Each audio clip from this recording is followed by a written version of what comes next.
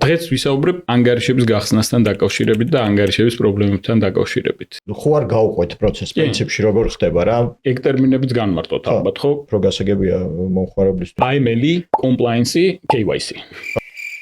პრინციპში შეიძლება არ არის გასაგები. და სანქციებს ცალკე შევეხებით. ანალოგიური მიზეზებით მოდიან საქართველოში და არარეზიდენტები ხსნიან ანგარიშებს. პირიქით შევხედოთ რა ბანკისთვის უკეთესია ყავდეს მეტი მომხმარებელი, ტყუილად უარს არავინ არ გეტყვით ანგარიშის გახსნას. რომ მეტად მაღალ რისკიანი კომპანიების ჩამონათვალი რამდენიმეს ალბათ ვახსენებთ კიდევაც ამ მიმართულებით. 30,000 ლარზე მეტი თუ მერიცხება? თუ აი ეს არის ფულის გათეთრების ინციდენტი, ერთი უკვე დავიზღვიეთ თავი რომ რაღაცებზე ვერ გაგცემთ პასუხს, იმიტომ რომ არ ჩვენ არ ვიცით, არ ჩვენამდე არ მოდის ეს ინფორმაცია.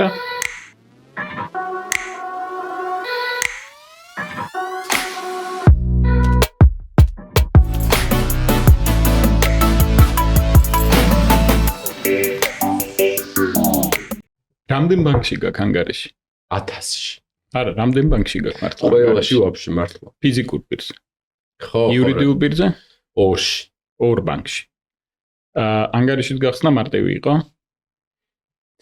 ხო, აი შეკითხვაა ისი, ანგარიშის გახსნა მარტივი იყო თუ არა? ფიზიკურ პირზე კი და საკმაოდ მარტივი იყო. საქართველოში თუ გიცდია ანგარიშის გახსნა? კი, მიცდია სამ ქვეყანაში და არ იყო მარტივი. საერთოდ. უпростоრად ერთი მარტივი იყო და ერთი რთული. და იურიდიულ პირზე არ იყო მთლად ეგრე მარტივად საქმე. ანგარიშის გახსნა უცხოეთში?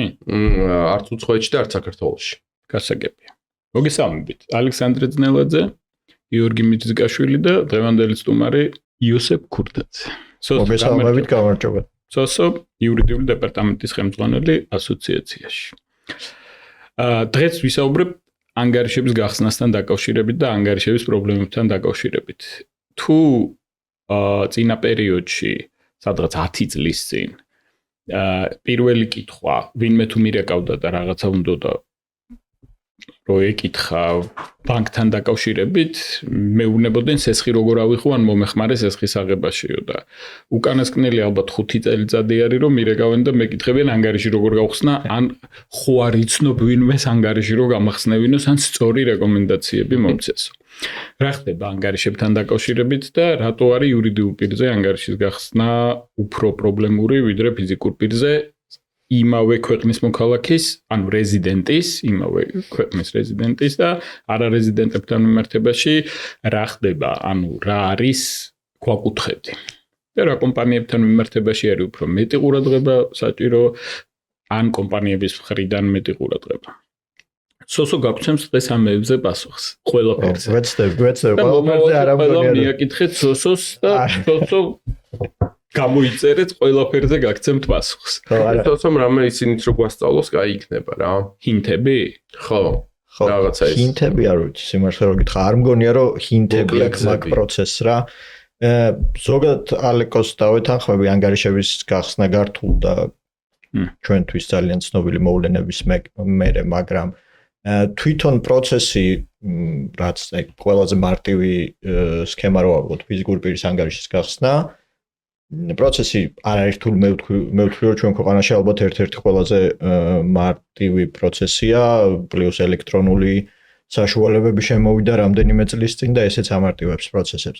ზოგადად ანგარიშის გახსნა მარტივი რატო არის ეგეც რო ავხსნათ, იმიტომ რომ მგონია რომ ისე წარმოგვიდგენია რაღაც მომენტში რომ ჩვენ გვაქვს მოთხოვნები ნაკლები. უბრალოდ ელექტრონულად მოგვაქვს ყველაფერი. არა, ელექტრონულად მოდის გაერთიანებული ბაზები ელექტრონულად სხვადასხვა სახელმწიფო უწყებებიდანაც მათ შორის სამოქალაქო სერვისების სააგენტოდან მაგალითად როცა ხო არ გავყვეთ პროცესს პრინციპში როგორ ხდება რა ფიზიკური პირი თუ იურიდიული პირი როცა მიდის ბანკში უნდა წარადგინოს დოკუმენტაცია რომელიც დაადასტურებს მის ვინაობას ფიზიკური პირის შემთხვევაში იურიდიული პირის შემთხვევაში მის რაობას შეგვიძლია ესე ვთქვათ ხო ორივე ბაზაზე პრინციპში მეტნაკლებად ცდომა აქვს ბანკს რა აქეთ სამოქალაქო სერვისების განვითარების სააგენტოს ბაზაზე სადაც თქვენ პირადობას ამოწევებს იქით მხარეს საჯარო რეესტრის ბაზაზე რაც უფრო მარტივია სტრუქტურა ამ შემთხვევაში უკვე იურიდიულ პირს ფიზიკურ პირს ძალიან მარტივია რა მიდიხართ ან შეიძლება არც მიდიხართ და ელექტრონულად უკავშირდებით ბანკს ამის საშუალებაც არსებობს უკვე და თქვენი პირადობის მოწმობაა საჭირო და ამის საფუძველზე ხსნით ანგარიშს მეორე მხარეს უკვე იურიდიულ პირი მან შემოდის ამონაწერიც, რომელზეც ასევე ელექტრონულად აქვს წვდომა, თუ საქართველოს რეზიდენტია კომპანია აქაც პირდაპირ საჯარო რეესტრის ეროვნული სააგენტოს ბაზას მიმართავს ბანკი და აღარ გთხოვთ დამოწმებული დოკუმენტაციის წარდგენას და ამაზეც ეს პროცესიც ძალიან გამარტივებულია. სირთულეები იწყება უკვე, ესე ვთქვათ, AML შემოწმების ეტაპზე. ხო, ეგ ტერმინებიც განმარტოთ ალბათ, ხო? ყველას გაუგია მე მგონი, ვისაც აქვს ურთიერთობა ამა თუ საფინანსო ინსტიტუტთან უკვე არ არის მარტო ბანკზე საუბარი. AML, compliance, KYC. ხო. ხო, რა ვიცი, ნუ ისეთი ის არა ხო? KFs. რა არის მაგით განმარტოთ ალბათ რა. ჩვენ ქვეყანაში არსებობს ფულის გათეთრების და ტერორიზმის ხელშეწყობის აღკვეთის შესახებ კანონმდებლობა. ესე შემოკლებულად anti-money laundering. ხო, რა ვთქვათ, ფულის გათეთრების საწინააღმდეგო, პირდაპირ თარგმნოთ AML-ი. ერთ-ერთი ყველაზე მნიშვნელოვანი შემოწმების ეტაპია, რომელსაც გადის კლიენტი. მით უმეტეს დღევანდელ ვითარებაში ალბათ მე შევეხებით იმავე სანქციების პირობებში და ასე შემდეგ. მეორე ეტაპი შესაბამისობა პრინციპში ალბათ უფრო გასაგებია მომხმარებლისთვის ცოტა უფრო სწორად არ არის პრინციპში შეიძლება არ არის გასაგები. რასთან შესაბამისობა რიგი? ხო, ყველაფერთან პრინციპში განსაკუთრებით მოქმედ კანონმდებლობასთან შესაბამისობაში უნდა იყოს თქვენი მონაცემები და მესამე იცნობდეს შენ კლიენტს, იმიტომ რომ ისევ დაუბრუნდები know your client, ხო, KYC-ს რასაც ვეძახით, ისევ დაუბრუნდები ანგარიშვალდებული პირების მიერ თავის კლიენტების შემოწმების ეტაპს და იგივე ფულის გათეთრების წინააღმდეგ ბრძოლის ეტაპს და ტერორიზმის ხელშეწყობის წინააღმდეგ ბრძოლის ეტაპს. აქაც კანონმდებლობა ავალდებულებს ბანკს, რომ სრული ინფორმაცია ჰქონდეს თავის კლიენტზე, მის სტრუქტურაზე, შემოსავლებზე ესე არა ალბათ პრინციპში შემოსავლებზე დაახლოებით რაოდენობაზე იქნება საუბარი, მაგრამ ამ შემოსავლების წარმომავლობაზე.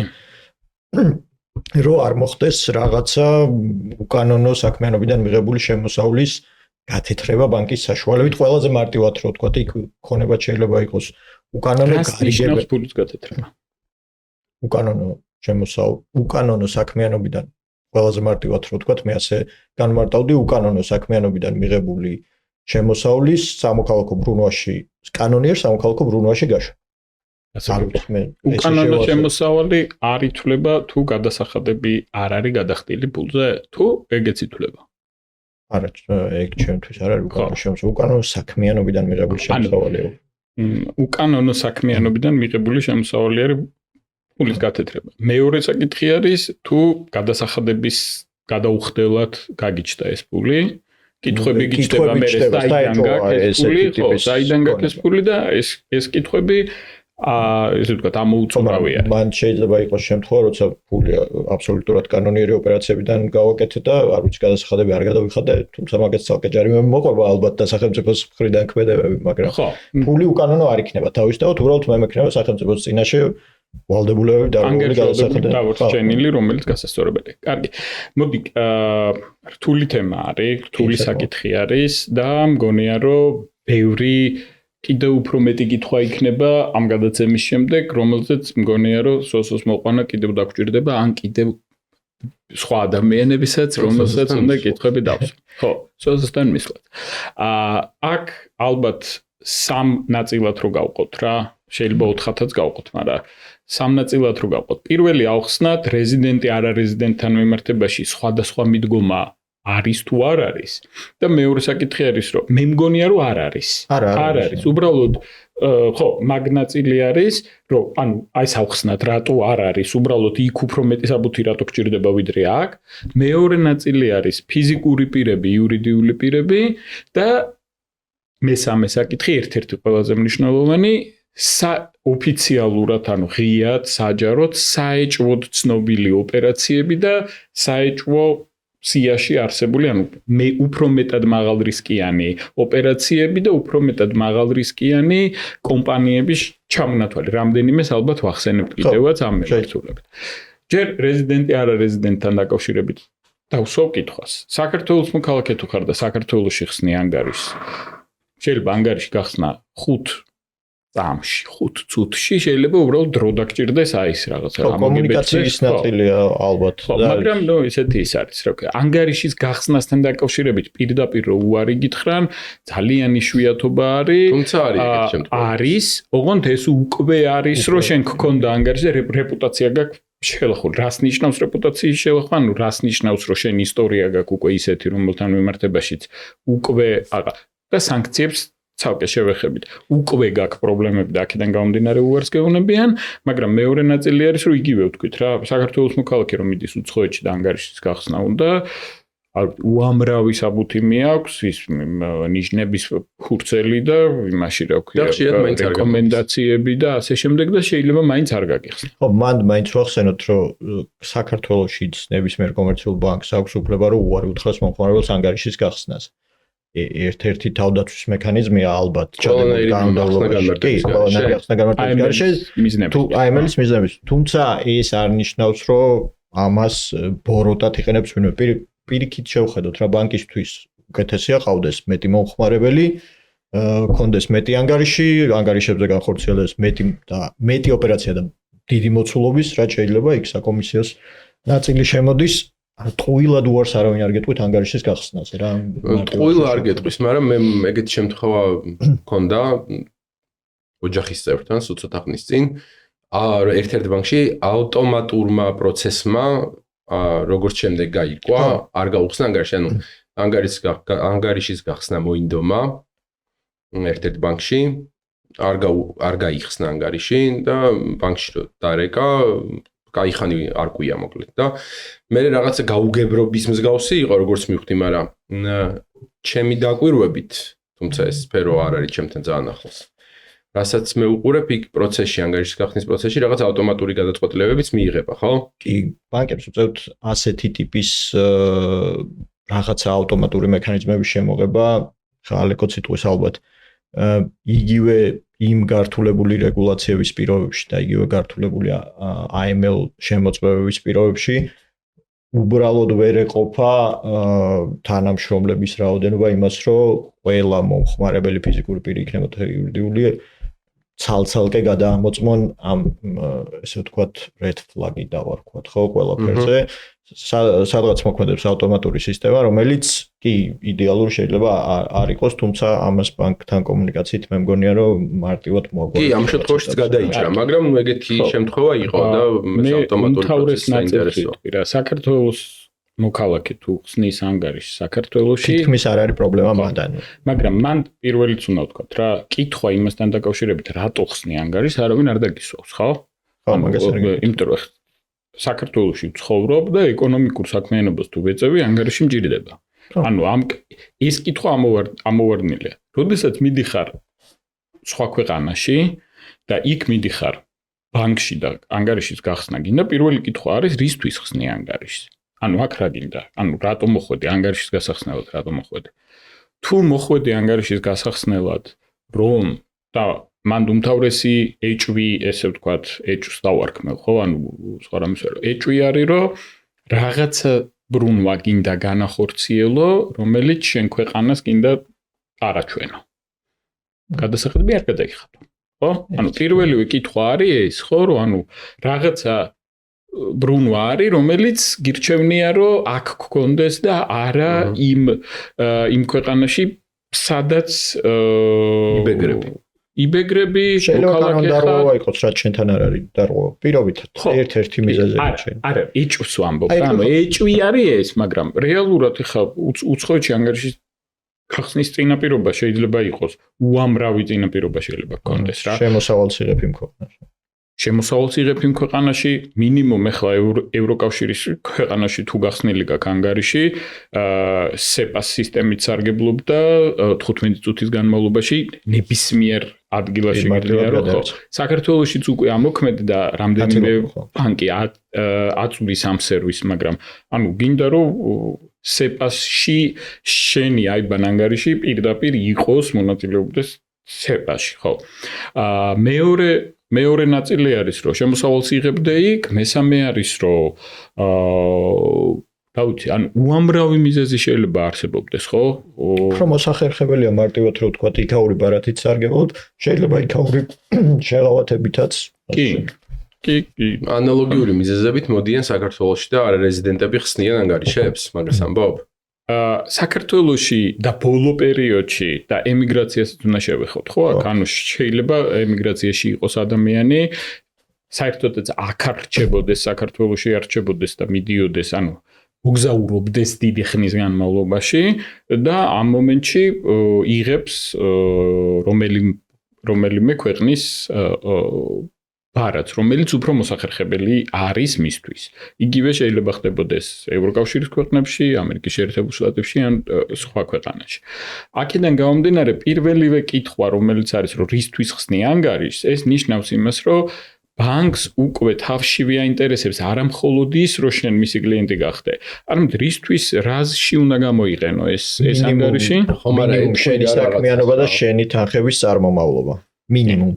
ხო, ამასაც რო ეტყვი, ნახეთ, საქართველოში ეტყვი რომ რაღაც. ხო, კეთილი მიზნებისთვის და მე გამოიყენებ ბოროტი მიზნებისთვის. ხო, მაგრამ საქართველოში რო ამბობ, რომ მაგალითად მე რაღაც შემოსავალი მაქვს და ეს შემოსავალი მერიცხება ანგარიშზე, ნებართვას თუ მიცემ ბანკს, შეუძლია რომ ეს შემოსავალი გადაამოწმოს. საგადასახადოშივე გადაამოწმოს. სესხზე ესევე მოწმდება ეს ყველაფერი. ანუ მომხმარებლის ინტერესივია რომ სესხი რო სწრაფად აიღოს, აძლევს საშუალებას ბანკს რომ შემოსავლების სამსახურიდან მიიღოს პირდაპირ ინფორმაცია. რამდენი გადასახადი გადაიხადა რა? საშემოსავლო რამდენი გადაიხადა. უცხოეთში ეს არ გაქვს. ამიტომ შეიძლება გთხოვოს, მაგალითად თუ ამბობ რომ მე შემდეგი 6 თვე უნდა ვიყო ამ ქვეყანაში, გთხოვს რომ საცხოვრობ. ხო, იჯარის კონტრაქტი მომიტანე. შემოსავალი, მოდი ის მომიტანე, რა ქვია, კონტრაქტი მომიტანე, რომ ეს შემოსავალი გაქვს და ამ შემოსავლის ჩარიცხვას აპირებ ამ ქვეყანაში, ანუ ამ ანგარიშზე და ასე შემდეგ. ეხლა მოდი ვთქვათ, რომ როდესაც გიკითხავენ რა შემოსავალი არის, რომელი ითვლება უფრო მაღალ რისკიან ფულად ბრუნვად. ხო, ერთი ალბათ ისეთი რაც ყვირის ხოლმე, შეიძლება იყოს გემბლინგი. გემბლინგი ზოგადად მაღალ რისკიანი მიმართულებაა. ხო, თვითონ გემბლინგი არის მაღალ რისკიანი მიმართულება თუ გემბლინგზე არის ხშირი ფროდი, გემბლინგზე ფულის გატარება ხდება ისეთის, რომელიც შეიძლება ხილვადი არ იყოს, მაგრამ გემბლინგიც ხო მონაწილე არის მონიტორინგის სამსახურის. ანუ AML-ს ხო ატარებს იდეაში ისიც. კი, AML-ს ატარებს, თუმცა ამ ეტაპზე ჩემი ინფორმაციით ჯერ ისევ მაღალ რისკიან ოპერაციებში გადის გემბლინგი. ისევე როგორც კრიპტო, ხო? პრინციპში კრიპტოც, თუმცა მაგ მხრივ გვაქვს ისე ვთქვათ, წინსვლა შეიძლება დავარქვათ, ხო? ძალიან მალე ალბათ ეროვნული სრული რეგულირების ქვეშ მოექცევა ეგ ბაზარიც. ამ ეტაპზე ბანკებმაც დაამატეს თავის პორტფოლიოებში კრიპტოს შეძენის სერვისები. ხო, მაგრამ როგორც ვიცი, შეზღუდული ფუნქცია აქვს, ხო? ანუ შეგიძლია იყიდო და გაყიდო ჯერ. ხო, ანუ როგორც შეზღუდულს ვერ იყენებ, როგორც კრიპტოს როგორც გადახდის სერვის, გადარიცხვის სერვის ვერ იყენებ. შეგიძლია იყიდო, ანუ ინვესტიცია განახორციელო და რაღაცა პერიოდის მერე გაყიდო. ხო, თუმცა შეგვიძლია ვთქვათ, რომ კრიპტოს ნაწილი საბანკო სექტორიშიც ვითარდება. საბანკო სექტორიც აქტიურად მუშაობს მაგ მიმართულებით. მაღალ რისკიანი მარტო იმიტომ ხო არ არის, რომ ვთქვათ, AML რისკების ნაწილი არის. მეორე ნაწილი არის მანდ, რომ ფროდის და ფულის გატანის ერთ-ერთი არხი შეიძლება იყოს, რომელიც ყველაზე ერთგვარად ჩქარი არის და პოსტფაქტუმ, ანუ პოსტფაქტუმ იღებ ინფორმაციას იმ თანხების თუ წარმომავლობა იქნება თუ ანუ თანხის დასაწყისი ტრანზაქცია შეიძლება აბსოლუტურად ლეგალური იყოს და აღმოაჩინო რაღაც ადგილას, რომ შეიძლება ეჭვი შეიტანო და მან მაგ კონტროლის მექანიზმები მხოლოდ ავტომატურ რეჟიმში არის, ანუ ავტომატურის გარდა კრიპტოთი შეგიძლია თავისუფლად გაიტანო ქვეყნის გარეთ ეს თანხა და მორჩება, ანუ ვეღარავინ ვეღარ მიწვდება. კი. ერთი შეკითხვა მაქვს ოსოსთან.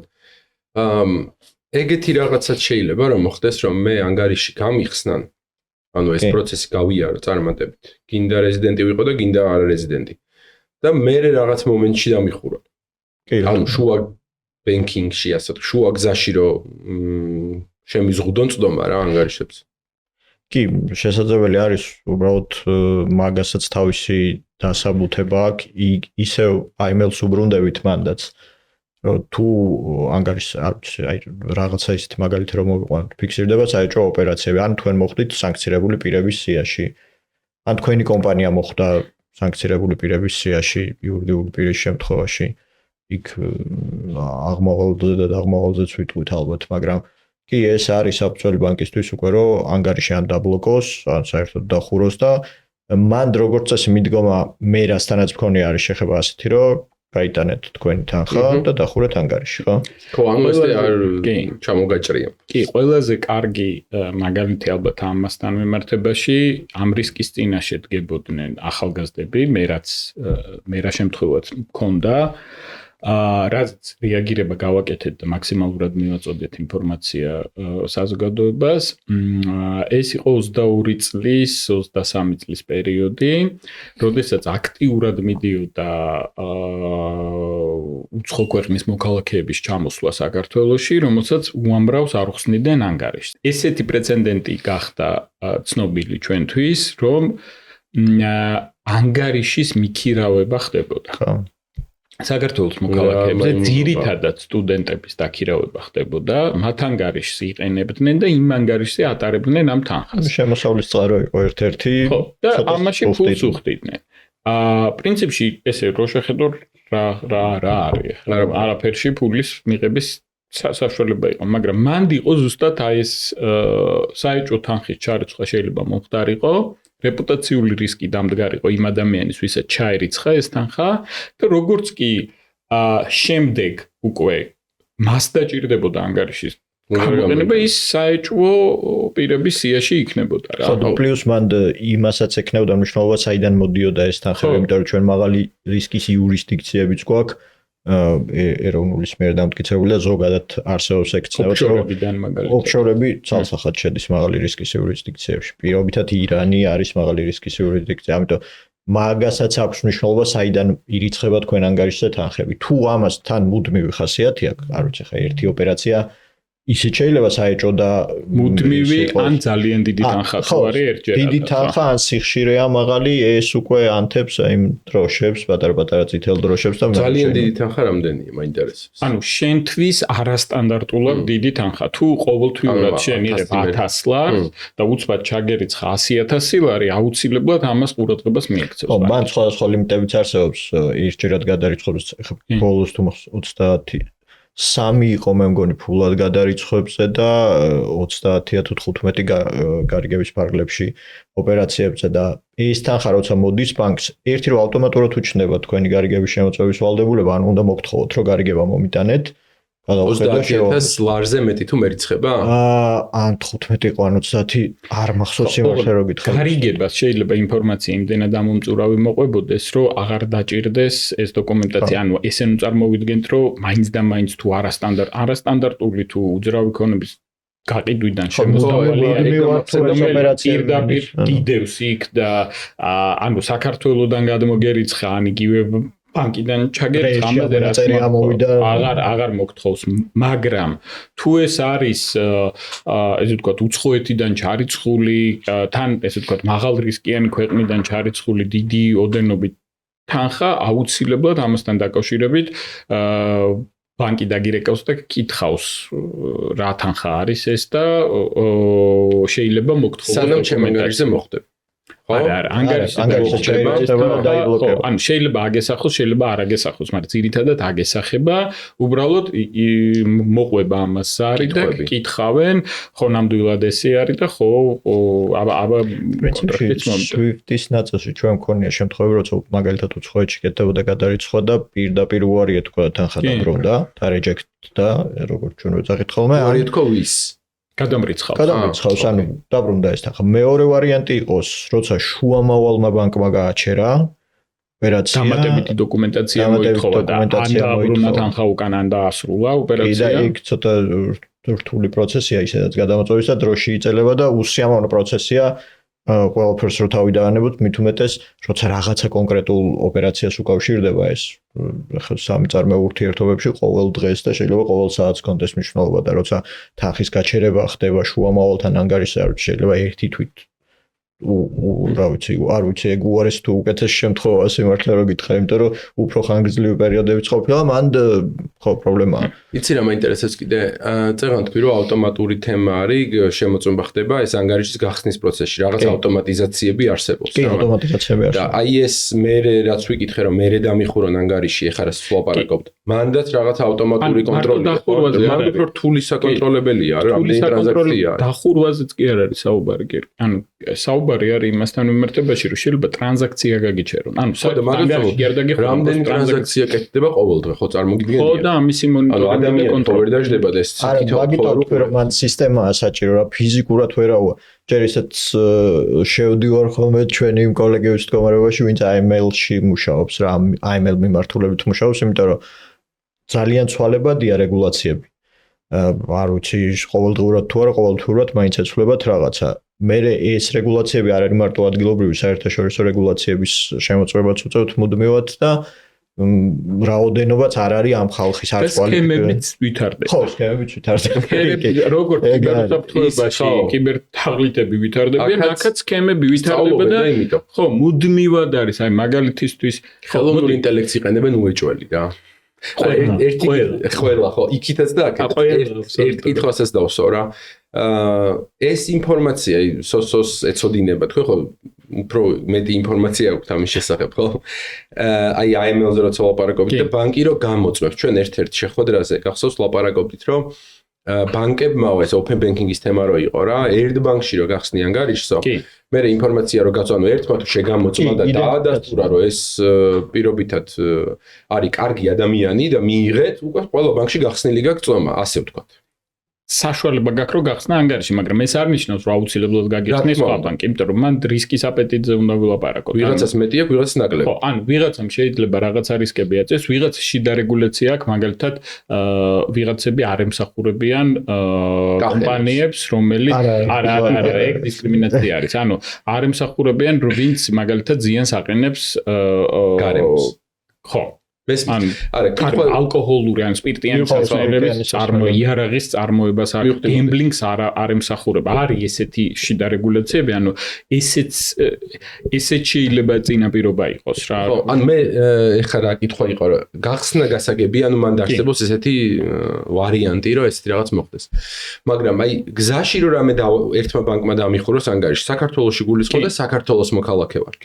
ეს ბანკები ერთმანეთში ცვლიან ინფორმაციას, ანუ მე სხვაგან რომ მივალუნ, ეცოდინებათ იმათ, რომ მე იქ რაღაც სპირტიანი სასმელებით ვაჭრობ მაგალითად. სანქცია მივხვდი ხო რა კითხე? სანქცია ერთიანი ბაზა არსებობს და სანქცირებულთა სია ყველგან მუდმივად არა სანქცირებულთა ვლაპარაკობთ. ესე რომ პირადი ინფორმაციის გაცვლა მოხდეს, რომ აი ამ ადამიანს რაღაცა ჩაერიცხა ან არ ჩაერიცხა, ამ ინფორმაციის გაცვლა არ ხდება. არ ხდება, ოღონდ ხდება თუ ეს არის აი კომინდებურად AML-ის და ანუ თუ აი ეს არის ფულის გათეთრების ინციდენტი, ბანკი არ უცვლის, ბანკი აგზავნის ამ ინფორმაციას ფინანსური მონიტორინგის სამსახურში, ფინანსური მონიტორინგის სამსახური არის ეროვნულში, იმიტომ რომ არეგულირებელი ყავს ბანკებს, ანუ თუ ჩაითვლება რომ ეს საეჭვო ოპერაცია იყო და ამას კიდევ მოძიება ჭირდება, იწყება უკვე შესაძლებელია პროკურატურამაც დაიწყოს მოძიება ამისი, ან პროკურატურას გადაეცეს ეს დოკუმენტაცია და პროკურატურამ დაიწყოს ამ ინფორმაციის მოძიება.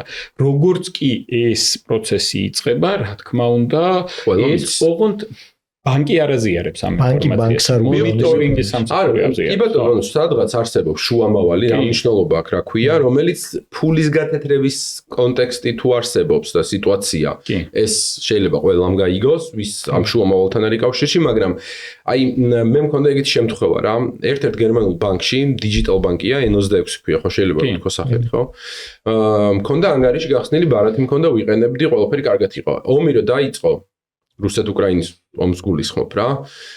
რაღაცა პერიოდის მერე დამიხურეს ავტომატურად აი ხა წეღარა кейსი გერმანულმა ბანკმა და მეილი მომივიდა და ზუსტად ეგ იყო რა რაღაც ფული გაქვს რაღაც დარჩენილი და გაიტანეო. არაფერი ძალიან ცოტა რამდენი ევროზე იყო ჩვენც აღმოჩნდა ან ჩვენი რეგიონი აღმოჩნდა მაღალი რისკი. ზუსტად მაგაზე მაქვს საუბარი. მე ძალიან ბევრი უწერე მინდოდა რა კარგად ვიყენებდი ხა იმ ბარათს რაღაც ისეთ სერვისებში რომელიც ქართულ ბარათებზე იმ მომენტისთვის არ იყო ხელმისაწვდომი რა. ძალიან ბევრი უწერე, ძალიან ბევრი ვარკვიე. ნუ ბოლოს როგორც გავარკვიე კიდე სხვა ქართველებისგან, რომლებსაც ასევე ჰქონდათ ამ ბანკში ანგარიში, აი ეს რაღაც ერთ ავტომატურმა მექანიზმმა ერთიანად ხელი მოუსვა ყველას, ვისაც პასპორტში ეწერა რაღაც ჯეო, ანუ ქართველზე არ იყო ლაპარაკი, რეგიონზე იყო ლაპარაკი და ერთიანად დახურა რა. სავარაუდოდ აი ეგეთი ავტომატური მექანიზმმა შეიწირა ჩემი გერმანული ბანკის ანგარიში. ომში მყოფი ქვეყნის მეზობელი თუ რაღაცა მსგავსი. ანუ მაგას ჭირდება, მაგიც რო ავხსნათ რა, ანუ როდესაც მაღალ რისკიან რეგიონს, მაღალ რისკიან ქვეყნიდან რეზიდენტს, მაღალ რისკიანი კომპანიას ემსახურები, რისკის აპეტიტი ვთქვით, ანუ გინდა რომ ეს რისკები ატარო, ან არ გინდა რომ ეს, ანუ რამდენად მზად ხარ რომ აღნიშნული რისკები მართო ან არ მართო კონკრეტულ კომპანიებთან მიმართებაში და მეორე ნაწილი არის რომ უფრო მეტი ძალისხმევა გჭირდება, იმიტომ რომ უფრო მეტი ყურადღება გჭირდება რომ განაწევრებული თანხები აღმოაჩინო, სქემები ზუსტად იცოდე ამ კომპანიებთან ან ამ ქვეყნებიდან რა პრობლემებიც არის ამ სქემებში სრულად გარკვეული უნდა იყო. შენი მონიტორინგის სისტემა იმდენად ახალი, განახლებული და იმდენად ჭკვიანი უნდა იყოს, რომ ამისი აღმოჩენა მუდმივად შეეძლოს. ეხლა უკან რა დგას რა, ანუ ესე სწორად რო ესმოდეს მომხმარებელს. პირველი დგას ძალიან მაღალი ჯარიმები. ანუ ეს არის აი იმდენად დიდი ჯარიმები არის, რომ პირდაპირ ჩანაწერია კანონში, რომ თუ ეს ჯარიმაო აკოტრებს ბანკს მარტო მაგ შემთხვევაში შეგიძლია რომ შემოცირო ეს ჯარიმა, ანუ იმდენად დიდ ჯარიმებზე არის საუბარი. მეორე ნაწილი არის რომ მიუხედავად იმისა, დადგინდება თუ არა, რომ ასე იგი ეს ტრანზაქცია გამიზნულად გაატარა ან გამოეპარა, შეიძლება სისხლში გადავიდეს რა, კონკრეტული სისხლის სამართლის, ანუ პროკურატურამ დაიწყოს შესწავლა. მე რას ვიძახი, მე არაფერი დამშავებია, რეალურად არც საეჭვო ტრანზაქცია მქონია, არც საეჭვო ჩარიცხვა მქონია, არაფერი. ერთად ძვირი უჯდებოდა შენი მონიტორინგი რა. ანუ იმდენად ძვირი უჯდებოდა და იმდენად არ უნდა ძვირი უჯდებოდა ერთი ადამიანის კი არა, ანუ მთლიანად სისტემა უნდა განეახლებინა, რომ ამ ტიპის ჯგუფს, ანუ ამ ტიპის ჯგუფს მოემსახუროს. ანუ ხო, აი რო ვახსენე ხა გემბლინგთან დაკავშირებით იყო კიდევ ერთხელ, ხო, ანუ გემბლინგზე უარს კი არავინ არ ამბობს. ჩვეულებრივად ემსახურებიან ბანკები და მათ შორის კრედიტებსაც იღებენ, მაგრამ არის მაღალ რისკიანი, ანუ გემბლინგის ტრანზაქციებთან დაკავშირებით ცოტა უფრო მეტი ყურადღება არის. მათ შორის უნდა ვახსენოთ სხვა საფინანსო ინსტიტუტები, ხო? ანუ PSP-ებზე, ანუ საგადახდო სერვისის მიმწოდებლებზე არის საუბარი. მან რეპუტაციას ძალიან დიდი მნიშვნელობა აქვს. მიუხედავად იმისა, რომ ეროვნული ბანკის მონიტორინგი ვრცელდება ამ კომპანიებზეც, თუ საქართველოში არის რეგისტრირებული, თუ საქართველოში არ არის, კიდევ უფრო სხვა კითხვები ჩდება, ხო? მიუხედავად ამისა, რომ ვრცელდება ამ კომპანიაზე, მეორე ნაწილია, რომ შენ მაინც ატარებ მაგის რისკს, რომ თუ ამ კომპანიას ემსახურები და იმან დაარღვია რაღაცა, ის ხო დაჯარიმდება და ის ხო დაიხურება, მაგრამ ეს არ გათავისუფლებს იმისგან, რომ შენ ვერ გააკონტროლე და შენ ანგარიშზე მოხდა ამ ტრანზაქციების განხორციელება. კიდევ არის კრიპტო, ანუ WASP-ებს, რასაც ვეძახით, ხო? ანუ არამატერიალური აქტივების მმართველ კომპანიებს, ხო? ანუ კრიპტო საფულეებს ეგრეთ წოდებული. ეს ეხლა შემოდის ეროვნული ბანკის რეგულაციაში. აქამდე საერთოდ არ იყო და აქედან ჯერბოლომდე არ არის პლუს დარეგულირებული მანდაც არის ეს ინფორმაციის ისე აქამდე რატო იყოს ეს კრიპტო რა მთელი მსხოვრება არის შემოვა ორი მხარე აქვს კრიპტოს ბიზნესის წარმომადგენლებს ერთი ამბობს რომ თუ დავარეგულირებთ იმას დაკარგავს რა და მეორე ამბობს რომ ჩემთვის აქვს ამას აზრი პირიქით დაარეგულირეთ, რომ მე ყველა ის სერვისი მივიღო, რა სერვისებსაც იღებს სხვა კომპანიები. გაგაწყვეტი. არა, ხო, მანდ იყო ზუსტად ეგ ორი ჩვენ შეხვედრაზეც ვიყავით ადრე ეროვნულ ბანკში, როცა ამ რეგულირებების ნაწილზე იყო საუბარი და ყველა კმაყოფილი ნამდვილად არ იყო. ანუ იმ მომხიბვლელობას, რაც აქვს კრიპტოს, რომ შენ ფულს დამატებით არავინ არ უყურებს, წარმომავლობას არა. შეიძლება ხა უტრირებას ვაკეთებ ბოდიში, თლად ასე არ არის უკვე რომ არავინ არ უყურებს, მაგრამ ნუ თავიდან ხო ესე იყო რა ეს კრიპტო საიდან ჩდება, სად მიდის, ვისთან მიდის, რა სისტრაფით როგორ, ესე ვთქვათ, რაღაც პერიოდში ძალიან, არ ვიცი, შეიძლება დიდი ხნის წინ რაღაც ის შავი ბაზარი უყურებდა აქტიურად მაგ ნაწილს, მაგრამ მაგითი განვითარდა ხო, ეხლა ნელ-ნელა ხდება რეგულირება და ის იყო რა. იცი რა, ზედმეტი რეგულირება არავის არ უყვარს, არც საბანკო სექტორს არ უყვარს ზედმეტი რეგულირება, მაგრამ ნუ გვესმის რომ ესეა და ეს მარტო ჩვენი ქვეყნის სპეციფიკა არ არის, ეს რეგულაციები ციდან არ ჩამოვარდნილა.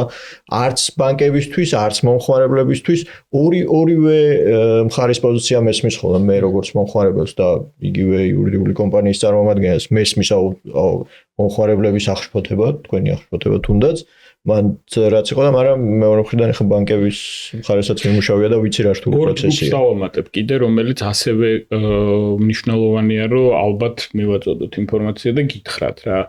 IT კომპანიებიც მოხდა ამ მაღალრისკიანი კომპანიების სიაში და შუამავალი კომპანიები, საშუამავლო მომსახურება რაც არის. საშუამავლო კომპანია არის შევს? პირველს ვიტყვი ჯერ IT კომპანიები რატომ მოხდა და მე გადავიდეთ საშუამავლო. IT კომპანიები რატომ მოხდა, ეგ მეც მაინტერესებს. ხო, ანუ რატომ მოხდა IT კომპანიები? IT კომპანიების მაგალითისთვის რო ვთქვი, ხომ? IT კომპანიების რეგულირება არ ხდება. ანუ იქ რო რა თანხას მიიღებს ან რაში იღებს ამ თანხას, მარეგულირებელი არ ყავს და ეროვნული ბანკი არ უყურებს ამას. ამაში მეთანხმები. ხო, გეთანხმები კი არა, ეგრეც უნდა იყოს. არა, ხო, რა თქმა უნდა, ხო. მაგრამ IT კომპანიის მიწოდებული პროდუქციის ღირებულება რა არის? ანუ რა ღირებულება აქვს ამა თუ იმ პროდუქტს? ძალიან რთული გასაკონტროლებელი არის. ისევე როგორც ბევრ სხვა შემთხვევაში. რა შემთხვევაში? რა ვიცი, არქიტექტურული სერვისი მაგალითად. ბიურო აიღე და იგივე პრობლემა. ხო, მაგრამ თანხებთან მიმართებაში მე მგონი ცოტა აცნენილი ვართ, ხო? ნუ იტყვი მთლად ეგრეც. ორივეზე მაქვს ცოტა წარმოდგენა და ხო, ეხლა შეიძლება განსხვავდებოდეს, მაგრამ ეხლა მასშტაბზეც აბსოლუტურად სხვადასხვა მასშტაბზე ვაპარაკობთ და აქ გაკონტროლება, ამ სერვისის გაკონტროლება ხშირ შემთხვევაში პირდაპირ ისევ მივდივარ და საგადახდო სერვისის პროვაიდერთან მიმართებაში, რომ ანუ შენ მაინც ატარებ რა იქით რისკს რა ის თუ რაღაცა ცუდს გააკეთებს და მას შეექმნება პრობლემები ეს შენზეც გადმოდის. ეს პრაქტიკა იყო, ანუ სისტემურად IT კომპანიების გამოყენება დაიწყეს სწორი თანხების გამოყენებისთვის და ეს ვთქვი რომ ანუ ეს არხი გაჩნდა ხა რაღაცა აპლიკაცია შეიძლება ვიღაცისთვის ჩდებოდეს $1000 ხო ვიღაცისთვის 100 მილიონი და გვაქვს ხო ესეთი მაგალითებიც ხო ანუ რაღაცა აპლიკაციები 100 მილიონის მაგალითი საქართველოში არ გვაქვს მე მგონი მაგრამ ზოგადად სოფლიოში არის ეგობს აპლიკაცია რომელიც 100 მილიონი და მეტი ცხირს კი ანუ IT სფეროში თანხები საკმაოდ სოლიდური თანხები იხარჯება საშუალო კომპანიებზე სოსოს თქო რომ მოგვიყვეს რას ნიშნავს ეს შუა ანუ ოფიციალური ჩვეულებრივი ლეგალური მომსახურება მე არ ვიცი ვაფშე ვინ არიან საშუალო კომპანიები საშუალოს გააჩნია მაგალითისთვის რო ვთქვათ რა ანუ ორი კომპანია ერთმანეთს ესე პირდაპირ ვერ უკავშირდება არის გამყიდველი რაღაცა პროდუქციის ყველაზე კარგი მაგალითი ეხლა ამ კონკრეტულ შემთხვევაში ანუ ესე მარტივად რო გამოვიყენოთ არის ბირჟები სადაც ვიღაცები ყიდიან აქციებს და ვიღაცები ყიდულობენ აქციებს, ხო? ამ ბირჟებზე ოღონდ მარტო აქციები ხო არ არის და მარტო ობლიგაციები, იქ არის ხორბალი, იქ არის ან სხვადასხვა ბირჟები არსებობს. ესეთი საშუალო ოპერაციები არსებობს. მაკლერიც საშუალო ოპერაციაა, ხო? ანუ გამყიდველს და მყიდველს აკავშირებს ერთმანეთთან. ანუ ესეთი ოპერაციებიც ითვლება მაღალრისკიან ოპერაციად. იმიტომ რომ რეალურად თუ პროდუქტი შენი მართვის ქვეშ არ არის და შენი კონტროლის ქვეშ არ არის, ეხლა არქიტექტურული მომსახურება თქვი და იქ ეხლა ნუ არქიტექტურულ მომსახურებაში უბრალოდ შეგიძლია დაურეკო და უთხრა და მოგიტანოს მინიმუმ ნახაზი მოგიტანოს, ხო? ხო, რაღაცა პროდუქტს ხედავ. IT-სთან მიმართებაში რო დაურეკავ, გეტყვის აი ეს კოდი არისო და ეხლა რა ღირს ეს კოდი როგორ უნდა მივიღო მაგაზე. მანდვე ვიტყვი ჩემი გამოცდილებიდან და ცოდნიდან გამომდინარე, რომ არსებობს კიდე იქ რაღაც სხვა სერვისები, რომელიც აუდიტს აკეთებს გავსი. ხო და მან რეპუტაციაზე ეხლა შენ თუ მომზადებული ჩვენ იმას კი არ ვამბობთ, რომ ანუ ეხლა იმას კი არ ვამბობთ, რომ თუ ამ ბიზნესით ხარ ჰაკავებული საერთოდ არ გაგიხსნიან ანგარიშს. უბრალოდ შენი მომზადების დონე უფრო ინფორმაციული ცოტა უფრო მეტი ყურადღება უნდა მიაქციო. შენვე უნდა აკონტროლო, შენ უნდა კითხვამდე უნდა იყო მზად რომ აი კი არა, ამას აი ესე ვაკონტროლებ, ამას აუდიტს უკეთებ, ამას რაღაცა გამჭირვალობის ხარისხს ვიცავ და რაღაც აი ამ მიმართულებით ხარ. ინფორმაციული ტექნოლოგიების საყურადღებო თუ არა შემუშავებული მაგას კითხულობენ ხოლმე, ხო, შემოსავლის გენერირება როგორ ხდება. IT კომპანიებზე მე რაზეც მქონია შეხება ჩემ კლიენტებთან მიმართებაში, კი უფრო მეტი კითხვა ისმება ბევრად ბანკის მხრიდან. კონკრეტულად საქმე რომ თუ IT-ს და გემბლინგის კავშირია, მან ფეთქს. IT-ს და გემბლინგის. უფრო რთულია, ხო, ნუ აი თამაშების მიწოდება, სერვისი ვინც აკეთებს პირობითად რო ვთქვათ, მან უფრო მეტი. ერთი რაღაც მინდა რომ რაღაც შევეხეთ კომპანიების ნაწილს უკვე და წეღან ვთქვით რომ ფიზიკური და იურიდიული პირის ანგარიშის გახსნა ერთი ამბავი იყო, მაგრამ ბოდიში ფიზიკური პირის რეზიდენტის და არიან მოქალაქე საქართველოს versus როცა არა მოქალაქე ხსნის ხო ანგარიშს და მეორე თემა არის როცა კომპანია ხარ და კომპანია საქართველოში დაფუძნებული კომპანია რომ ხსნის ანგარიშს ქართულ ბანკში ამ უცხოური კომპანია რო ხსნის ანგარიშს მანდაც რაღაც საქართველოში დაფუძნებული კომპანიის დამფუძნებლები ვინ არიან? საქართველოს მოქალაქეები არიან და მე მან საკმაოდ ისეთი მტკივნეული გამოცდილება და არც ისე მარტივი არ არის განსაკუთრებით რაც მე გამიგია და იქნებ შენ უფრო მეტი მოგვიყვე არის რომ სხვადასხვა ქვეყნებში ეს ქვეყნებიც ხო განსხვავდება ზოგი არის цота ისეთი ქვეყანა ზოგი цота ასეთი დოკუმენტების დონეზე და მოძიება და არ არის მარტივი საქართველოს საჯარო რეესტრის ამბავი მაგრამ მუშაობს რა შედი ნახე ყველაფერი არის იდეალურად მოწესრიგებული მე მგონია რომ ყველას აწყობს ეს მაგრამ რიგი ქვეყნები არ არიან ეგრე მოწესრიგებულები ან სხვანაირი სისტემა აქვს და აქ ვერ აგებინებ აკაურ ბანკს სინამდვილეში იქ ბენეფიციარი საბოლოო ვინ არის? არა, იდეაში მან არის ხოლმე შეღავათები, თუმცა მან ბანკის პრობლემა ის არის, რომ ვერ გაცდება იმ მოთხოვნებს, რაც კანონმდებლმა დაუწესა. ანუ ბანკის ამოცანაა, რომ გაარკვიოს ვინ არის კომპანია, გაარკვიოს კომპანიის სტრუქტურა და გაარკვიოს მისი საბოლოო ბენეფიციარები ვინ არიან. პირობითად ფიზიკური პირი, რომელიც 25%-ზე მეც ფლობს პირდაპირ ან ირიბად, ან ბოლომდე უნდა ჩავიდეს რა მარტივად რო ვთქვათ ამ კომპანიის დამფუძნებელ ფიზიკურ პირამდე გავიდეს შეპეს რომელიც დამფუძნებელიც არის შეპეს იმის იქით არის კიდე შეპეს და კიდე შეპეს სანამ ბოლოში ალექსას არ ვიპოვით არ ვშობი იმას რა ქვია რო იპოვო ამას ანუ ეხა კიდე თუ გავართულებთ არ მინდა რომ ხო მამურებელი რო დავაბნიოთ მაგრამ ეხლა შინაარსი რო წარმოვიდგინოთ უფრო რთული რო იყოს ხო შეპესის დამფუძნებელი შეპესი არის რეგისტრირებული გერმანიაში დაფუძნებული შეპესის ისინი რა ქვია ერთ-ერთი მფლობელი არის იმაში ამერიკის შეერთებულ შტატებში დაფუძნებული კომპანიის მფლობელი ერთ-ერთი არის იაპონიაში და იაპონიაში დაფუძნებული კომპანიის ერთ-ერთი მფლობელი ვარ მე მაგალითად ხო ანუ ესე რო წავიდეთ ხო ანუ ჩემამდე უნდა ჩავიდეს ოღონდ ჩემი წილი პირველ კომპანიაში ეს რატომ მოვყევი ამდენი ახლა რაღაც რო პირველ კომპანიაში 25%-ზე მეტი უნდა იყოს. საბოლოო ჯამში 5%-ზე მეტზე შეიძლება მოითხოვონ. საიდან იაპონიიდან ხო, ანუ 5%-ზე მეტზე შეიძლება მოითხოვონ, მაგრამ მანდ უკვე საეჭვობის ნაწილი როცა არის, მაშინ ჩდება. ისე ოფიციალურად 25%-ზე, ანუ მნიშვნელოვან წილზე მეტი თუ გაქვს, ანუ მნიშვნელოვან წილად ითვლება 25%, თუ საეჭვობა არის 5%-ზე მეტზე არის, ანუ თუ იქ სქემის ნაწილის ეჭვით თუ გაჩნდა მაშინ 5%-ზე მეტზე მოითხოვენ, მაგრამ ძირითადად ითხოვენ, ანუ ეს ძალიან რო არ შევაშინოთ ახლა ბოლო კომპანიაში ფლობელობაზე კი არ არის საუბარი, ანუ რეალურად პირველ კომპანიაში ჩემი წილი 25%-ზე მეტი თუ არის, მაშინ ბენეფიციარი, ანუ საბოლოო ფიზიკური პირი უნდა მოვიძიოთ. ეხლა წარმოიდგინე, რამდენი ქვეყნის დოკუმენტაციას უნდა გავეცნოთ, რამდენი ქვეყნის იურისდიქციას უნდა გავეცნოთ, რომ იქ იმას რა ვქია, აპოსტილირებას აკეთებენ, დაამოწმებენ დოკუმენტს თუ არ დაამოწმებენ და ასე შემდეგ რა. ხო, მაგას ვამბობდი, რომ პროცესი უსიამოვნოა, თუმცა ვერ ვცდები რა რეალურად მაგ პროცესს. გამონაკლისი არის ხოლმე პირობითაც სადღაც არ მოწმდება უბრალოდ რა რაღაც დოკუმენტები აპოსტილით არ მოწმდება. ჩვენც გვაქვს დოკუმენტები, რაღაც დოკუმენტი აპოსტილით არ მოწმდება საქართველოს.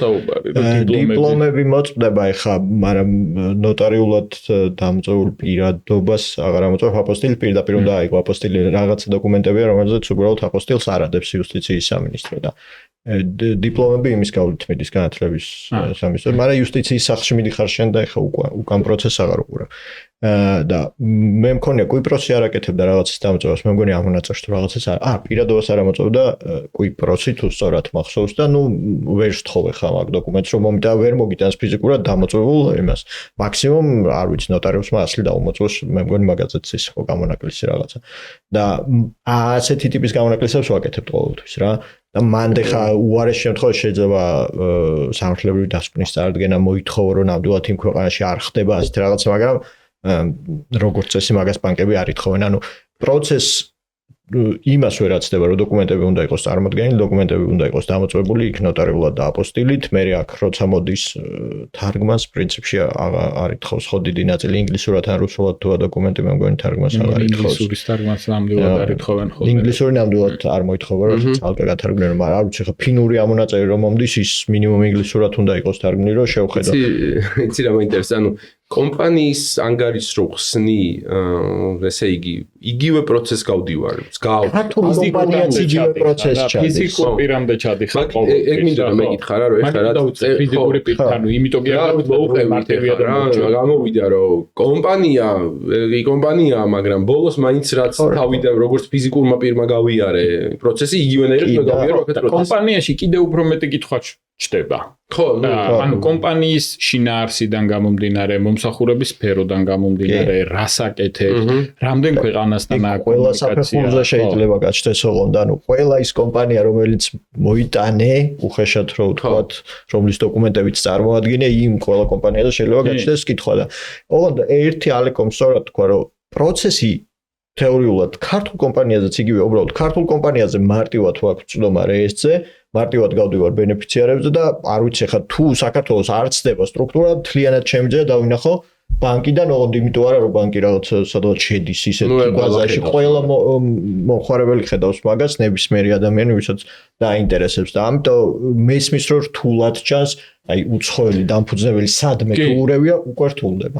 ხო, აი სირთულეზე არ იყო აქ კითხვა, უბრალოდ თვითონ კომპანიის სიტუაცია ძალიან დაეხა უცბად ამ ლაპარაკში, მივხვდი რომ ესე კი არ არის რომ რაღაც შეპესე რაღაცა. სინამდვილეში მაინც გიორგი მირზიკაშვილია რა. კი, კითხვები ერთი და იგივეა. უბრალოდ ფიზიკურ პირზე თუ უფრო მარტივად იდენტიფიცირებადი არის შემოსავლის წყარო, რისკის მართვა. თან იქ რამდენიმე დამფუძნებელია 4-5 და ეგ ართულებს სიტუაციას. 4-5 მე კომპანიის შინაარსიდან კომპანია ხო, მაგრამ კომპანიის შინაარსიდან გამომდინარე თუ ფიზიკურ პირთან მიმართებაში ეხლა მოდი ესე ვთქვათ რა, ყველას უსურვებ რომ უამრავი შემოსავალი კონდეს, მაგრამ მოდი რეალურად ვთქვათ, ხო, ანუ ყველაზე ისეთი ერთი შემოსავალი აქვს, ან თუ რამდენიმე შემოსავალი აქვს, ეს არის სტაბილურად ერთი და იგივე ადგილიდან, ან ერთი და იგივე პროცესიდან დაახლოებით ერთი და იგივე მოცულობის თანხები, მაგალითისთვის რო ვთქვათ, ხო?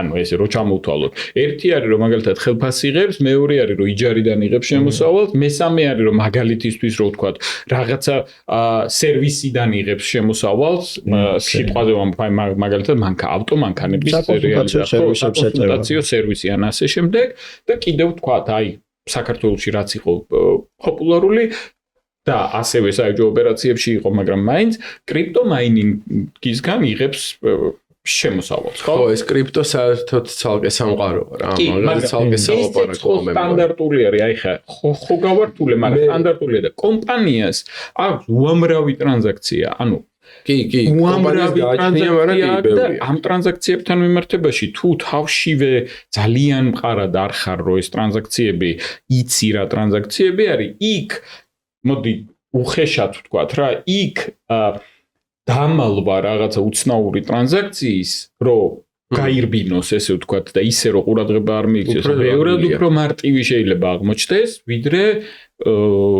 ფიზიკურ პირზე და ამიტომ კომპანიასთან მიმართებაში უფრო მეტი კითხვა არის რეპუტაციასთან მიმართებაში ტრანზაქციებთან მიმართებაში და ასე შემდეგ მე რა იდეა მაქვს იცი რომ ხალხს ახლა ვკითხულობდი სანამ ამ ჩაწერას დავიწყებდი წინა პოდკასტის ეპიზოდებზე კომენტარებს თქვენ ხო დაიკითხეთ ძალიან საინტერესო კომენტარები იყო და მე მინდა რომ დაგვიწერონ კომენტარებში შემთხვევები, როდესაც აი როგორც მე, ესე უსამართლოდ თუ სამართლიანად დაუხურეს ანგარიში ან რაღაცა ესეთი ამბები თუ გადახდენიათ თავს.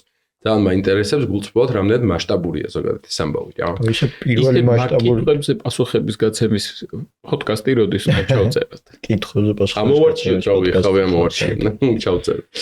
ისე პირველი ეგეთ დიდი დახურვა გახსოვს მე რაც მახსოვს ირანის кейსი იყო თუ არ მეშ ირანის кейსი რამდენჯერმე იყო თან მაგიც მინდა რომ იმიტომ რომ მან და მოდი სანქციებზე გადავიდეთ ხო ირანის საკითხთან დაკავშირებით რამდენიმე ეტაპად იყო პირველი ეტაპი იყო რომ ყველაფერი დაეხურათ ირანთან კომუნიკაცია ირანი თუ სადმე ნახსენები იყო ყველაფერი დაიხურა მერე ირანელებზე გახსნა ლარში ანგარიშების მოხდა რას ნიშნავს ეს რომ ანუ ქვეყნის შიგნით ტრანზაქციები დაიშვა ირანელებზე მაგრამ უცხოურ ვალუტაში არ უსრულებდნენ არანაირ ოპერაციას ბარათების გაცემაც უცნაურად იყო ხო რაღაცა ერთი პერიოდი იყო მე ისევ დაიხურა ყველა ანგარიში ანუ დამოკიდებული იყო სანქციების შინაარსზე ანუ რო სანქციებზე გადავიდეთ ხო სანქციები კი მაგრამ ანუ რეალურად ხდებოდა ეგეთი რაღაცა რომ ირანელები ჩამოდიოდნენ საქართველოში ხო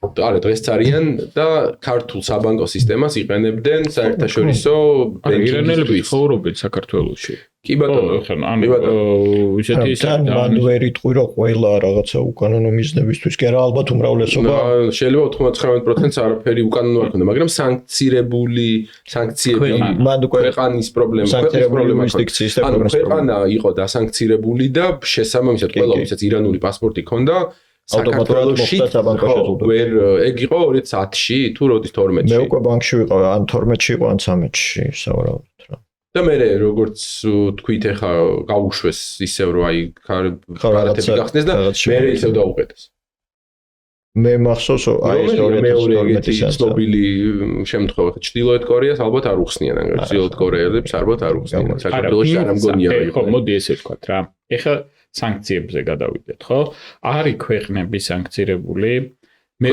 რომელი სანქციები ხო ერთი ირანი ვთქვით და კიდევ არა ეხლა ყველგან რუსეთი ბელორუსი რუსეთის ომთან დაკავშირებით ჩვენც ეროვნული რეგულაციაც გვაქვს მაგაზე ცალკე რომ ეს სანქციები უნდა შევასრულოთ რაც და როგორია ეს სანქცია არ ვიცი და მაგით მაინტერესებს ხო აი მანდ უკვე განსხვავებები შემოდის რა რაღაცა როცა ვამბობთ ხოლმე რომ სანქციას ვამბობთ რომ ეს აი ყველაფერი უნდა დაიკეტოს დაიხუროს ასე ამბობში ასე არ არის რა არც ყველაზე ისეთი ბოლოს რაც მქონდა მე პირადად შეხება ამერიკის ოფაკის სანქციები იყო იქ ძალიან დეტალურად არის გაწერილი ოპერაციები რა იზღუდება რა მიმართულების კომპანიები იზღუდება მაგალითად ერთ-ერთი შეზღუდვა იყო რომ თუ კომპანიას სახელმწიფოსთან ქონდა რაიმე ტიპის ოპერაცია გაკეთებული იმის გადარიცხვები სანქცირებული იყო ანუ ის კომპანია იყო სანქცირებული და უკაცრავად სახელმწიფოსთან ანუ ხო აი სახელმწიფო ბოდიში რუსეთის სახელმწიფო სამხედრო სამრეწველო კომპლექსთან ოღონდ მან განსხვავება ის არის რომ განმარტებები როცა გაკეთდა ანუ სამხედრო სამრეწველო კომპლექსი ხომ მე რომ მკითხო ტანკია პირდაპირ მაგრამ სინამდვილეში ეგ არ არის მან და ორმაგი დანიშნულების პროდუქცია ცალკეა ჩიპების წარმოებელიც იმპორტიორი შედიოდა მაგრამ მაგალითად ამავე შეზღუდვაში ხდებოდა კომპანია რომელმაც სკოლა ააშენა რაღაცა რუსეთის რომელიღაც გუბერნიაში იმიტომ რომ სახელმწიფოსთან ჰქონდა კონტრაქტი გაფორმებული და იქიდან სანქციის დამდები მხარე ამბობდა რომ ეგ მერე არის სახელმწიფო ფული რომელიც რაღაცა არასწორად იხარჯება და ამ შემდეგ ზია არსებობს კომპანიების ხო როგორც კომპანიებისაც და სანქციებისაც მან უნდა დავამატოთ ესეთი რაღაცა რომ გიღირს თუ არა ამისი შესწავლა. ხო. ეგ არის რისკის აპეტიტი ზუსტად რა. ან რაც თქვი გერმანიის მაგალითს. ხო, ანუ შინაარსობრივად მან არის საუბარი იმასთან მიმართებაში, რომ მე ვარ ბანკი, მე ბიზნესი არ არის რა, მაგების ქალაქე არ მაინტერესებს. ჩემი ბიზნესი არის მაგალითად სოფლის მეურნეობის სესხების გაცემა და აი სულ არ მაინტერესებს ეხა რუსეთის სახელმწიფოსთან გაფორმებულია კონტრაქტი თუ არა, ეგ ვარკვიო, ვიკვლიო ყოველი ტრანზაქციის მერე კიდევ ვინერვიო ეს ბიზნესი არ მინდა რა ეს ბიზნესი. გემბლინგზე რაც ითქვა, ხო, ანუ გემბლინგთან მიმართებაში ხარ რაღაც რო არ წარმოვიდგინონ, რომ სანქციებთან არ არის კავშირში. გემბლინგთან მიმართებაში არ მინდა რომ ძალიან ისე რაღაც კოშმარულად წარმოიდგინონ. იქაც ზუსტად იგივე არის, იქაც კონტროლის მექანიზმი გჭირდება ბევრად უფრო მეტი. იმიტომ რომ გემბლინგს რამდენიმე მიმართულება აქვს. არის ქვეყნები, სადაც აკრძალულია გემბლინგი. არის ქვეყნები, სადაც ბარათების დონეზე არის აკრძალული, ანუ ამ ქვეყნის ბარათის გამოყენება არ შეიძლება ონლაინ გემბლინგში. გემბლინგები სად არის რეგისტრირებული და მეორე გემბლინგს სადაც რეგისტრირებულია იმ ქვეყანაში შეუძლია რომ იმუშაოს და ანუ ეს კონტროლი არის. ანუ ამისი კონტროლი გევალება საფინანსო ინსტიტუტს და მე რაღაცა მომენტში იწყებ რა ამაზე ფიქრს რომ მინდა ამაში დრო იხარჯვა და მარტო დრო ხო არ არის დრო ნიშნავს ადამიანებს შემთხვევაში მე ხედ დროში რახან შეზღუდული ვარ სანქციებზე ხო ანუ ეგ მაინტერესებს რომ ანუ ქართული ბანკები რა შვებიან ანუ სოსოსთან მაგ ეს შეკითხვა რა ანუ ესე ჩაკე პირდაპირ ხაზი გადაუსვეს თუ ზიან და ისწავლობენ თქვა ეხა ნაწილი სწავლობს ისევ სპეციფიკიდან გამომდინარე თუ ბანკი რომელიც რუსეთის მოქალაქეს ან ბელარუსის მოქალაქეს ან ირანის მოქალაქეს ფიზიკურად არ უხსნიან ანგარიშს უბრალოდ შეუსწავლებლად ეს არა ირანის მოქალაქეს არავინ არ უხსნის ანგარიშს ირანთან რაიმე კომუნიკაცია თუ გაქვს შეიძლება კომპანიის ანგარიშიც დაგიხურონ იმიტომ რომ მან მაღალ რისკში მოხვდები იმიტომ რომ გავლით თუ რამე შემოდის ანუ საქართველოს არის ირანის სავაჭრო პარტნიორი აქ პრობლემა ამაში არის ანუ ირანიდან პროდუქცია შემოდის უბრალოდ ფულს ვერ ურიცხავთ და ვერა შვებიან კეშ ნაღდი ფულით კეშით ხდებოდა ტრანზაქციები არ სომხეთამდე ხომ მიიტანო ფული ანუ ესე ვერ წაიღებ რომ აქედან გადარიცხო და ანუ არის ან ბანკი არ ატარებს ან ქართული ბანკიდან ირანში ფულს ვერ გადარიცხავ კი პირდაპირ და ირიბათაც ვერ რიცხავ ანუ შენ გააიდენტიფიცირე რომ ირანული პროდუქცია შემოვიდა სომხეთიდან რომელიც და მე სომხეთში გადაურიცხავ თქვენს რომ ვითომ სომხური პროდუქცია იყო მაგი თუ დააიდენტიფიცირე და მაგის ვალდებულება გაქვს რომ დააიდენტიფიცირე რომ მანდაც არ გადაურიცხავ ფულს გავიქ და აი ეს ბელარუსის და რუსეთის მაგალითი როგორია? მანდაც მაღალ რისკიანობის ნაწილი არის. მაღალ რისკიანებს არ ვემსახურები არის რა. არ ესე ეთნიკური ნიშნით არ არის რა. არა, ეთნიკური ნიშანზე არ არის. просто მე ვკითხულობ ის მინდა გავიგო რა ქვია. იმიტომ რომ მოქალაქეებზე საუბარი და არა რუსებზე და ბელარუსებზე რა. ანუ ქვეყნები ანუ თქვი რა ირანელებს არაფერს არ ვერჩი ხო პირობითად. ხო, ირანის მოქალაქეებზე საუბარი და რუსეთის პრობლემა ის არის რომ ირანის მოქალაქე თუ როდესმე იყო ხო მანდაც პრობლემაა და მაგის დაიდენტიფიცირებაც გიჭი. გერმანიის მოქალაქე ირანელებს არ ერჩის არავინ არაფერს ალბათ. იმედი მაქვს. იცი რა პრობლემა აქვს მაგათ ისედაც. ანუ უცხოეთში ვერ ხსნიან გერმანიის შიგნით თუ აღარ არის ირანის მოქალაქე კი თუ ორმაგი მოქალაქეობა არ პრობლემა. ირანის მოქალაქეობას თუ უკავშირდება ხო თავისთავად. ჩვენ დრო არის შეზღუდული, იცით, მაგრამ თემა არის ძალიან საინტერესო. ერთი ნახევარი საათი რომ დავამატოთ თუ შეიძლება. სანქციებთან დაკავშირებით რო ვთქვა, სანქციების განახლება ხდება ყოველდღიურად, სანქციებზე ყოველდღიურად, კი, ყოველ საათობრივად.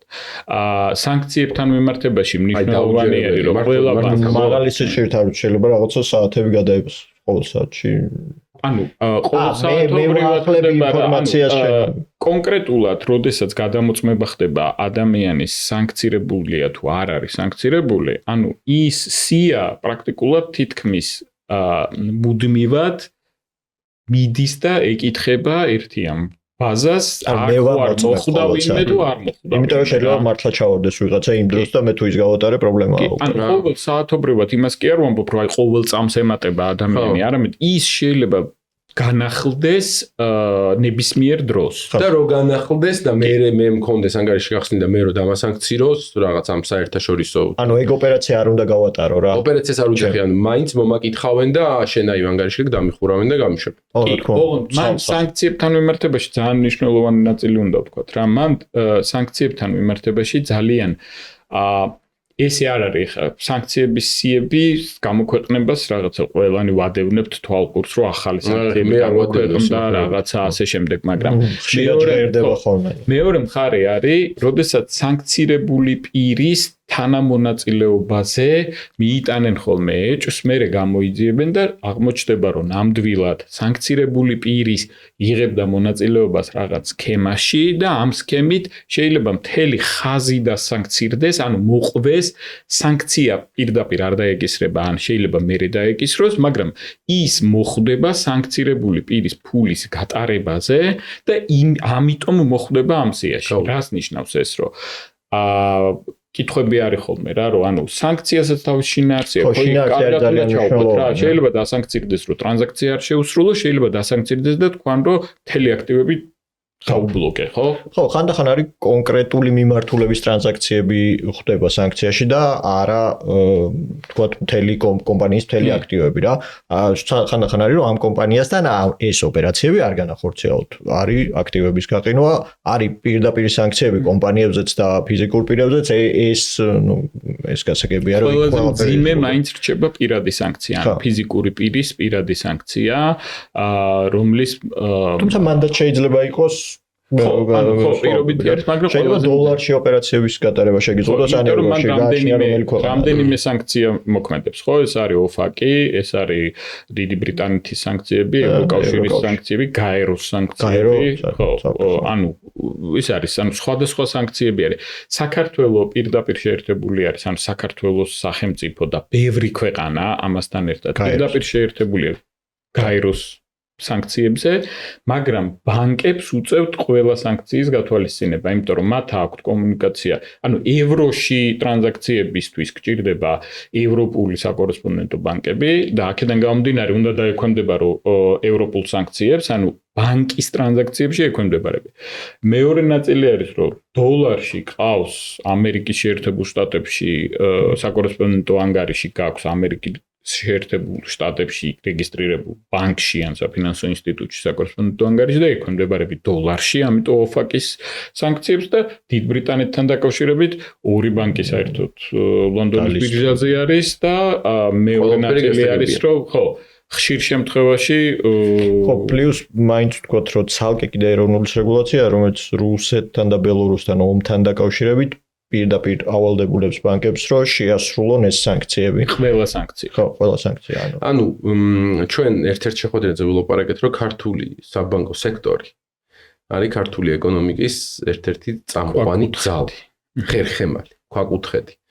და სოსო გვიდასტურებს რომ ქართული საბანკო სისტემა განუხრელად და თანმიმდევრულად იცავს ამ პოლიტიკას, რომელიც უზრუნველყოფს, რომ ჩვენ არ ჩავიკეტებით რაღაც ამ საერთაშორისო კეთილდღეობით. ეს სწორი პოლიტიკაა ჩემი აზრით და ალბათ მეთანხმებით და მეორეა, რომ დიდად არჩევანის საშუალებაც იმართლა რომ გითხრა არ გვაქვს მანდ რა. ეს სავალდებულოა რა. არავის არ აქვს პრინციპში. ხო, მან მეორე საკითხი არის რა, რომ ანუ ძალიან მნიშვნელოვანი არის, რომ ეს რაღაცა ესე ვთქვათ, არც ერთი მხრიდან არ გახდეს კითხვა-პასუხის და პანაცეის ნაწილი. სანქციასაც თავისი შინაარსი აქვს, იმ დეტალებსაც გაცნობა ჭირდება, რა დასანქცირდა, როგორ დასანქცირდა, ფორმით ხდება. ხო, ვის რა შეეზღუდა და ასე შემდეგ. ეხლა კონკრეტულ მაგალითს მოვყვები, რომელთან მიმართებაშიც ძალიან მნიშვნელოვანი არის, რომ ანუ ყურადღების ნაწილი არის, ხო? რუსეთთან მიმართებაში რო ფუნქციონირებს სანქციები, ყველამ ვიცით, ხო? Visa Mastercard-ის გასვლის ნაწილი რუსეთიდან ძალიან კარგად გვახსოვს. SWIFT-ი დაიხურა და ასე შემდეგ. ბელორუსიანაც ხო? ხო, ბელორუსია არ არის იმხელა ბაზარი, რომ ეხლა იმაზე ვისაუბრო. რუსეთში დღესაც ფუნქციონირებს ევროპული ბანკები და ეს ევროპული ბანკები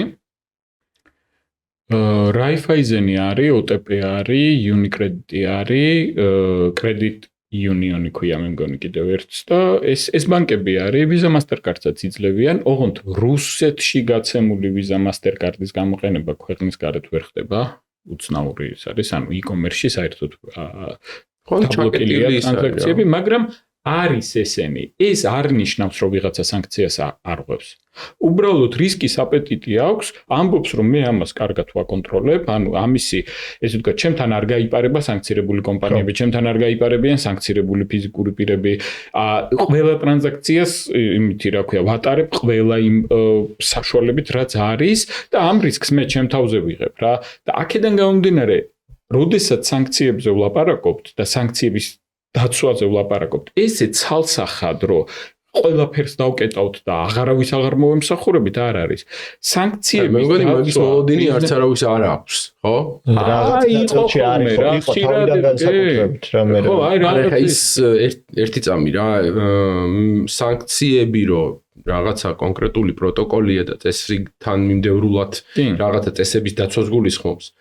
გასაგებია, მე არ ვიცოდი ხა გულწრფელად რო გითხრა, Raiffeisen-ის რუსეთში ყოფნა. ხო, მაგრამ ეს არ ნიშნავს, რომ რაღაცა, არა, ეს არ ირღვევა, მან სანქციის ამ კონკრეტულ შემთხვევაში მე მგონი ხა უფრო რაღაც ადამიანებს თუ რაღაც გულის თხრომა ქონდათ მაგაზე, უფრო მორალურ კონტექსტში ქონდათ და არა ის, რომ Raiffeisen-ი იცავს თუ არა სანქციებს რა, ეგ მე მგონი ცოტა სხვა ამბავია, მაგრამ გულწრფელად რო გითხრა, მე მგონი ნებისმიერმა ადამიანმა, ვისაც ეს თემა უბრალოდ საყვირლად და სალაპარაკოდ არ უნდა და შეუძლია ნახოს, რომ ეს სანქციები რაღაცა თანმიმდევრული წესების ერთობლიობა, რომელიც რაღაცნაირად უნდა დაიცვა.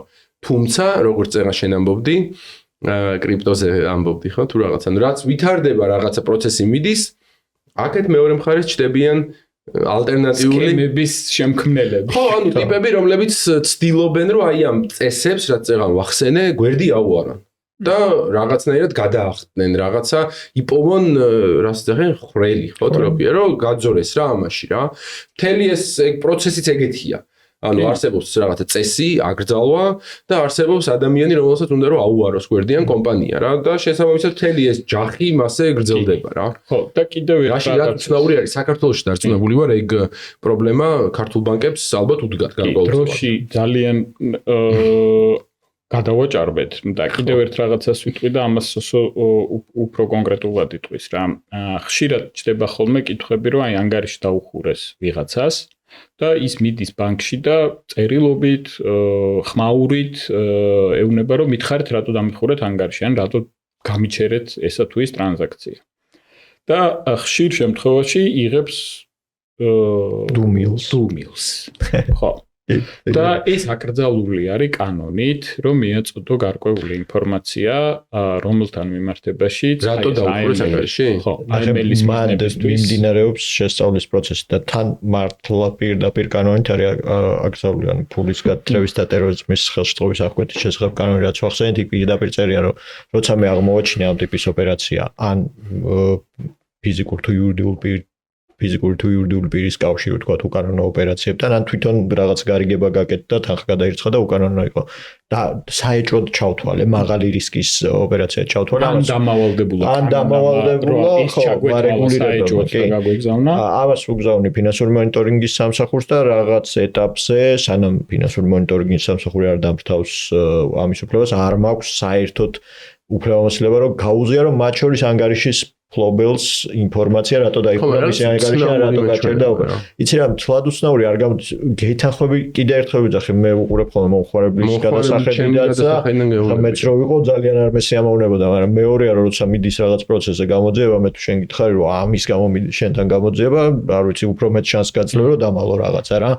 ანუ გამოძიების ინტერესებიდან გამომდინარე არ ჟღერდება რაღაცა ინფორმაცია დაახლოებით ეგეთია. მესმის რომ ძალიან ის არის უკვე არასასიამოვნო ბანკისთვისაც თვითონ ანუ მომხმარებელი ყავს უნდა რომ რაღაცა ინფორმაცია მიაწოდოს ხო ხე ელემენტარული ეთიკა ურთიერთობის რომ ინფორმაცია მიაწოდო რატო არ უსრულებ რაღაცა ოპერაციას ან რატო უჩერებ ანგარიშზე თანხას ან რატო უხურავ საერთოდ ანგარიშს ხო თუ დახურვა უფრო სხვა პროცესია უფრო გაჩერება საეჭვო და უჩვეულო გარიგებების გაჩერებაზე არის ხოლმე პრობლემა ან თანხის დაბლოკვაზე ანგარიშს ძალიან დიდი იმედი მაქვს რომ ბევრი შეკითხვა გაჩნდებოდა ამასთან დაკავშირებით და ბევრ კითხვას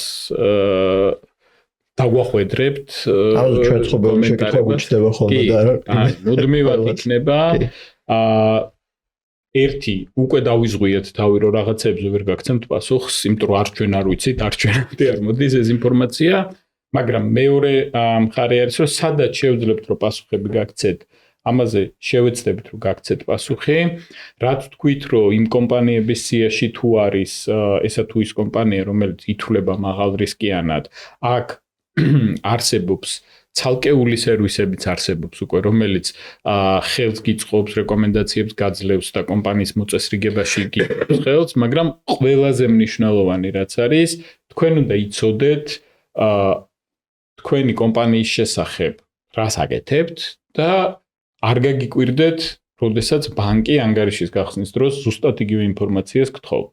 იმიტომ რომ ბანკის ვალდებულება არის იცოდეს, რომ თქვენი ტრანზაქციები არის ლეგალური, თქვენი ტრანზაქციებთან დაკავშირებით ისიც ატარებს ძალიან დიდ რისკს, საკორესპონდენტო ანგარიშის დახურვიდან დაწყებული შეიძლება საერთოდ მაღალი ჯარიმებით დასრულდეს, ხო, ყველაზე ისეთი, თან საკორესპონდენტო ანგარიშის დახურვასთან დაკავშირებითაც ამას ძალიან სერიოზულად უნდა უყუროთ, რომ არის რიგი ქვეყნები არის, რომელსაც დღესაც ძალიან უჭირს საკორესპონდენტო ანგარიშების გახსნა და სადაც გახსნილი აქვს საკორესპონდენტო ანგარიშები ან საიდანაც ატარებენ ტრანზაქციებს, ძალიან კონკრეტული ლიმიტირებული ტრანზაქციების გატარება ხდება. საქართველოს განებივრებულია მეტნაკლებად ამასთან მიმართებაში. არაერთხელ შეგვიძლია ვთქვათ ეროვნული ბანკის წვლილიც, რომ მანივალის უმაღლესი შეფასებები იყო და ყოველთვის განვითარება, ანუ უფრო მეტად და მეტად უკეთესი შეფასებები აქვს ხოლმე საქართველოს და ამ კუთხით მნიშვნელოვანია რომ ეს მიმართულება ისევ ასევე გაგრძელდეს და ამიტომ თქვენი კითხვები მისაღებია, თქვენი გულისწყრომა გასაგებია ხშირ შემთხვევაში და შევეცდებით რომ კიდევ უფრო მეტად სიღრმისეულად გაგცეთ პასუხი. სოსო, ძალიან დიდი მადლობა. მადლობა პირიქით საინტერესო იყო თქვენთან საუბარი. დიდი მადლობა. მადლობა.